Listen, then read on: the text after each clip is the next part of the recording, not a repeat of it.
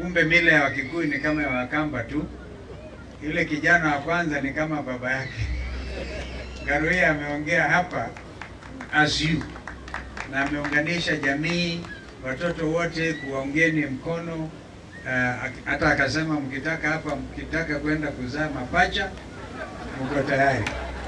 Kienda honeymoon America ama muende Saikuru ni sawa, ama mtaenda pia mnaweza kutalimiana huko kwa Wamunyoro na kule kwingine. Kwa hivyo nawaleteni salamu nyingi za marafiki ambao ungetaka kufika lakini hangefika. Kwa mfano tulikuwa na hawa ndugu zetu hawa. Mheshimiwa aliyekuwa naibu wa president, Mheshimiwa Rigathi, amesema nilete salamu zake za pongezi. Dada yangu vile vile Mheshimiwa Martha Karua akasema pongezeni sana. Kuna ndugu mwingine kutoka Ingo, Mheshimiwa Eugene Wamalwa alikuwa waziri wa mambo ya defense wakati wa Uhuru Kenyatta, na vile vile wale wengine wengi ambao tuko pamoja. Nimetaja haya majina kimakusudi kabisa kwa sababu Kenya sasa lazima iwe na muundo mpya wa uongozi. Na washangilieni watu wa Mrima. Nasikia wewe Beni ndio ulitaja jina Mrima. Hiyo imeenea kila mahali. Beni Githaiga, tumpatie makofi kwa kuleta uhusiano wa ajabu. And pia tunawaenzi our artists, very gifted young men and women able to minister to their communities and their nation. Vile vile tunawaenzi hao vijana wetu, content creators kutoka kwa Mrima. Yule mama kutoka Makueni amejaribu sana kuongea juu ya Ngema. Yeye anasema yeye ni Mrima South. Ben Gethi, weka hiyo wimbo sasa. Kuna Mrima na kuna Mrima South. Hata ilisikia Rigijia akiongea hiyo maneno. And this is proper. Actually what happened in 2007, 2008, wakati wazee kutoka Mrima South walikuja wakaniomba, sio kuniomba, wakanishurutisha. Wakasema Adhonua wanauawa. Kuragwa iskuragwa ni Kikuyu. Wanafanywa kuragwa hapa na pale. Huwezi kukaa hapa kinyume. Nakumbuka wakati huo Mheshimiwa Rais Uhuru Kenyatta alitoka kwa nguvu sana. Na nakumbuka one morning yeye na Martha wakibishana outside Serena Hotel. Hawajui nilielewa hiyo Kikuyu yote. Uhuru alikuwa anasema I can't take it. Watu wanauawa, we can't take it. Kumbukeni historia yetu. Hii historia ingine ni chungu, lakini ni historia yetu. Mambo mengi yakafanyika tangu nyakati zile. Mzee Kibaki amelala vizuri na tukamsaidia jinsi ambavyo tuliweza, kadiri na umaarufu ambayo Mwenyezi Mungu alitupatia. Kwa hivyo wakati huu tukawasaidia wengi kwa roho safi kabisa. Lakini hapa tukiwa hapa tukishuhudia harusi hii ya mwaka, because hii ni harusi ya mwaka. Sasa sio ni Mudhuri na Mutumia. Sasa kuna shida hapa. Mkamba Mutumia ni the other way round. Sasa hii harusi ni ajabu hii. Ni ya Mutumia na Mudhuri. Sio vijana wameona na wao wako katika hali ya kutengeneza na kutoa msimamo kwa nchi nzima. Archbishop niliona uliingia hapa like a hero. Wewe ulikuwa kama Ruto, ulitokea kwa roof. Ukaingia huku ukasalimia your congregants. Na kwa hivyo we know this is a celebration. Na ikiwa celebration basi sisi hatuna mengi, ni yale ambayo wakili Njiro amesema na viongozi wengine, Mheshimiwa Susan Kiamba. Wakati mwingine tunaona maajabu. Kwa mfano jana Court of Appeal Hiyo ni court ambao iko chini ya Supreme Court. Supreme Court ndio mahakama ile iko juu zaidi, na wakati wanaamua nani mshindi wa kiti cha urais na mengineo, huwa hawezi ukakata rufani. Lakini ile ingine, ile High Court na ile hapo katikati Court of Appeal, wametoa jana uamuzi wa ajabu. Wakasema hawataondolea mbali uamuzi wa jaji wa mahakama aliyesema kwamba azimio la umoja One Kenya, ambayo ilikuwa kama hivyo, mimi nikiwa mmoja wao, tukiongozwa na Raila Odinga na Martha, wao ndio waliibuka washindi kwa kuwa na wabunge wengi, na wakajaribu kina Weta Speaker na Kenya Kwanza wakaenda kukata rufani, na katika kukata rufani jana uamuzi ukatolewa ukasema bado ni yale, hatuwezi kugeuza mambo hayo.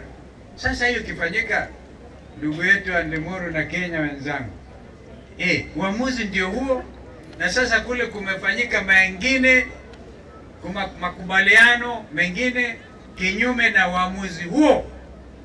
Hiyo mimi kwa maoni yangu, Mwenyezi Mungu ndiye ataamua sasa. Mungu ndiye ataamua. Na Archbishop, when Archbishop, I liked it very much when I heard one of the MCAs akisema sasa kuna operation okoa ushuhuda. Wangapi alisikia hiyo? Ama ilikuwa ni kiota? Nilisikia hapa operation okoa ushuhuda. Tuseme hiyo tena, operation okoa. Basi kanisa mmeona. Kanisa imeona ushuhuda ulikuwa compromised. Na hiyo compromising ya ushuhuda Kenya hii ni jambo la most important thing. Na lazima tukiokoa ushuhuda, bila shaka tutaokoa Kenya. Archbishop, tuokoe ushuhuda wa Kenya. Kenya ni nchi ambayo ina sifa nzuri, lakini sifa ya Kenya imeharibika hivi majuzi. Mimi nilikuwa waziri wa mambo ya nje, mnaelewa hayo, Wakenya wengi wanaelewa. Hata nilikuwa waziri wa elimu. Elimu yenyewe imedhoofika. Naona tutafanya vile mmeona Donald Trump amefanya Marekani jana. Amebomoa kabisa ile Department of Education yote. Akasema akatukulia mbali, kuundwe tena upya. Hivi ninavyozungumza kuna wazazi hapa ambao watoto wao wamehitimu kwenda chuo kikuu, lakini hawezi kuafford karo. Hata mahakama tena ikasema hiyo uamuzi wa kusema new funding model, ikasema yenyewe ni unconstitutional, kinyume cha katiba. Bado kuna, kwa hivyo naona waziri anahusika sana, tutaenda kufanya rufani, kupata rufani. Kenya iko katika mahali ambapo hakuna ambaye anajua tumetoka wapi ama tunaelekea wale ambao kwa uongozini. Lakini sisi kwa upinzani, ndio sisi tukasema sisi we are the people's loyal opposition, now forming a people's loyal coalition. Na kwa hivyo muwe tu macho, na mkisikia matamshi yetu mtuombee sana. Hapa ni maombi. Wangapi atatuombea? Maombi. Mkiombea Bishop na mtumea wake, mtuombee vile vile. Mtuombee kwa sababu tusipookoa ushuhuda na maombi yatawale Kenya hii, nchi haiko mahali pazuri. Sasa ni ufisadi kila kuchao. Ukienda kutafuta dawa hospitali ni ufisadi unamea pembe huko. Mulisikia tuliondoa mtu alikuwa anaitwa Andani, hata alikuwa karibu kuchukua uwanja wa ndege, na ukichukua uwanja wa ndege Kenyatta International Airport ni kama kuteka nyara sasa usalama wa nchi. Sisi tukaenda kwa mahakama na tukakataa mambo haya, na mahakama ikakubaliana nasi, lakini bado hatujaona kamilisho la swala hilo, because they are supposed to bring documents. Kusema vile Ruto alisema wakati akifungua bunge kwamba ametupilia mbali mambo hayo ni ya kweli, lakini ile ambayo imekoma sasa hivi ni kutekwa nyara watoto watoto wa Kenya wanatekwa nyara kiolela.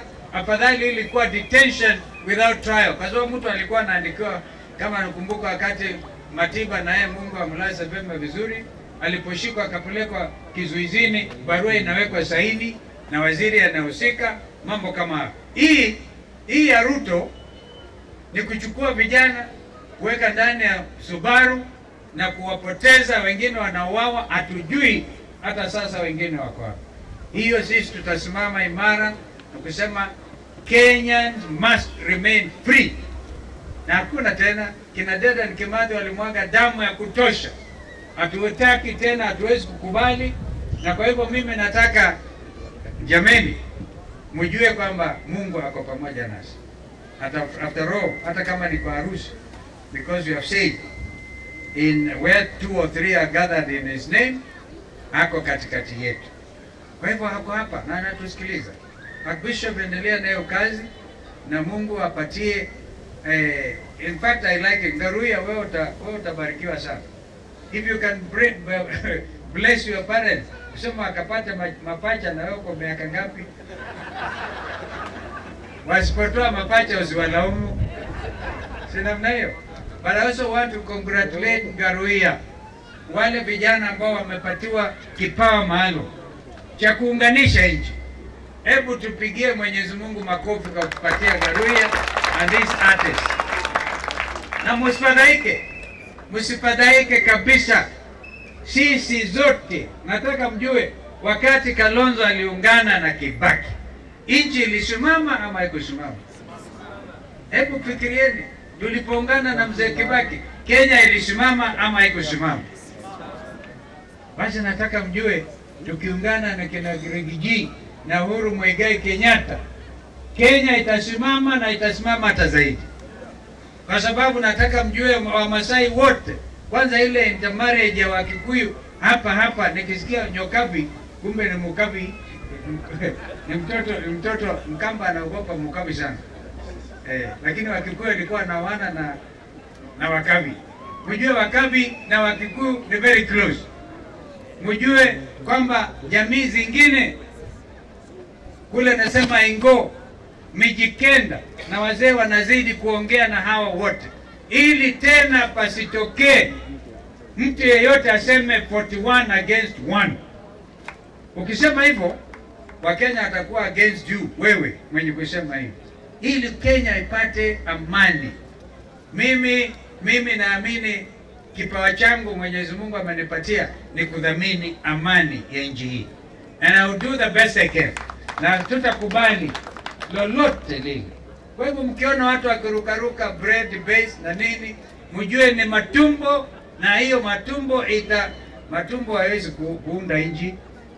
We are waiting at the opportune time, as Wakili Njiro has said, the panel selecting the 9 commissioners ambao watapeleka, wapatiwe 6 pale na wengine watapelekewa. Sasa shida iliyoko, mimi nilikuwa nikisimamia maneno na mjumbe wa Kikuyu, ilikuwa co-chair wa NADCO, tukasema kuwe na consultation, principle of consultation and concurrence. Nilikuwa nikidhani Raila atakuwa upande wangu throughout.